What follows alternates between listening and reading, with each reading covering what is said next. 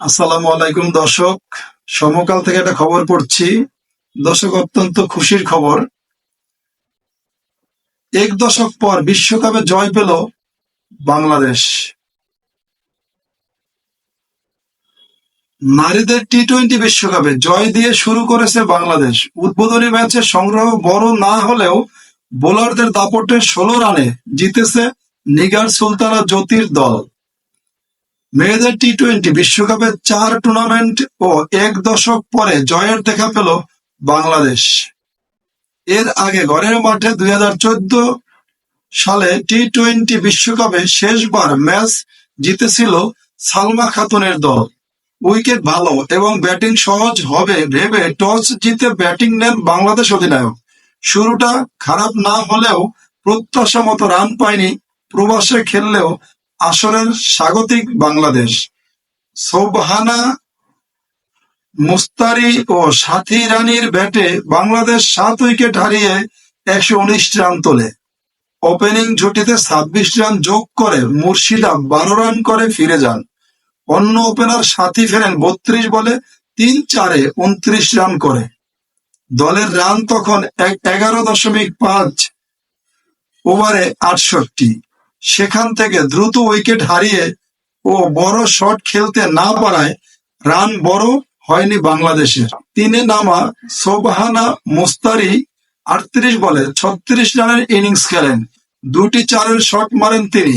এছাড়া টি-20 ক্যারিয়ারের 100তম ম্যাচ খেলতে নামা নিগার সুলতানা 18 বলে 18 রান করেন।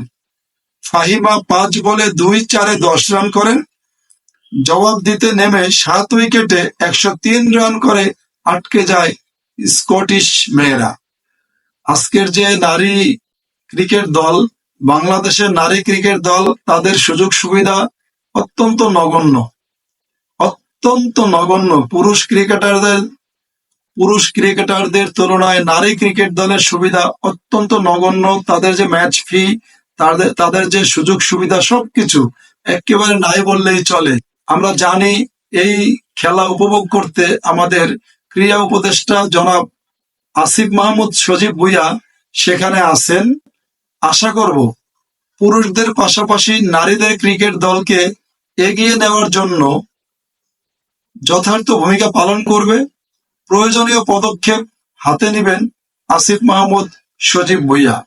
আমরা জানি নারীদের ক্রিকেটে আসা অত্যন্ত কষ্টদায়ক, অনেক সংগ্রামের, অনেক ত্যাগের, অনেক কষ্টদায়ক ব্যাপার। অনেক পরিবার এতে রাজি হয় না, অনেক ত্যাগ স্বীকার করে এখানে আসতে হয়।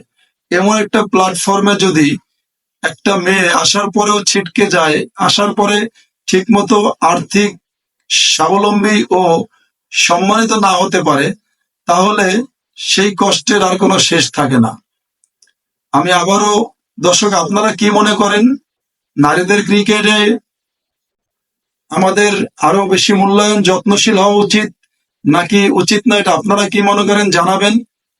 আমার মতামত হচ্ছে, অবশ্যই আমরা আশা করি অতি দ্রুত সময়ের মধ্যে বাংলাদেশের নারী ক্রিকেটারদের প্রতি ন্যায় বিচার স্থাপন হবে। বৈষম্যের শিকার যেন নারীরা না হয়। বর্তমান দেশ বৈষম্য মুক্তের বাংলাদেশ। যেখানে একজন পুরুষ ক্রিকেটার একটা ম্যাচ খেলে পাবে 3 লাখ টাকা, সেখানে একটা নারী ক্রিকেটার একটা ম্যাচ খেলে যদি পায় 3000 টাকা, তাহলে সেটা না দেওয়াই ভালো।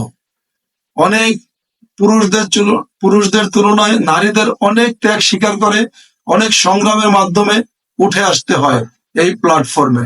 সুতরাং আমাদের দেশের কর্তা ব্যক্তিরা যারা আছেন, তারা নারী ক্রিকেটারদের উপর যত্নশীল হবেন, বৈষম্যহীন আচরণ করবেন, এই আশাবাদ ব্যক্ত করছি আমরা।